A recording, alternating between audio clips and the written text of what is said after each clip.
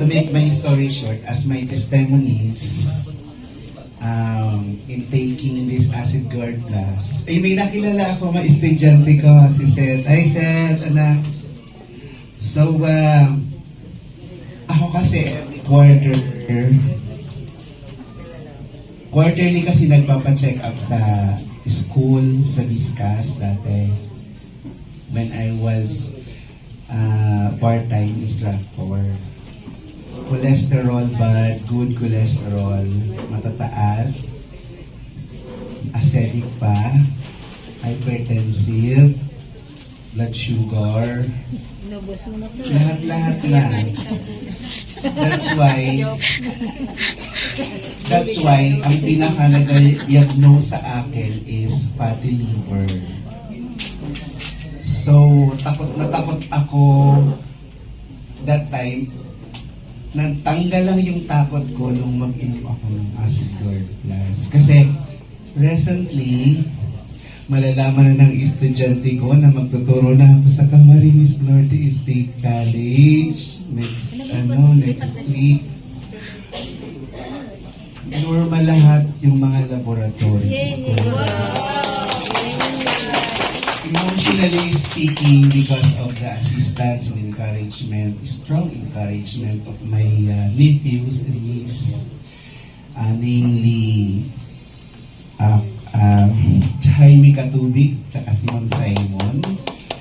So, although dahil pa ako nakalaog sa kumpanyang ini, thankful na akong maray in the name of Jesus Christ. Kasi nag-worry ako kasi government bagay yung state college sa DAET.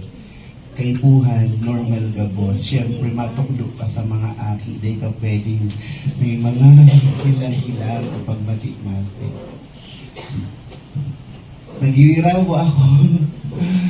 As in, mga madam, sir, ako po paano, ahente na po ako, pirang taon na, siguro mga 10 years, sa gabos na mga networking or mga company or pag-aahente araw ka mga reflexology company, massage reflexology.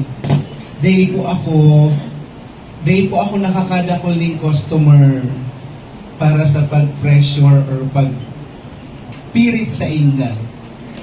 Ang ginigibo ko po para may tip mampu ka mo, humbly sharing, i-discuss din lang po ang product knowledge.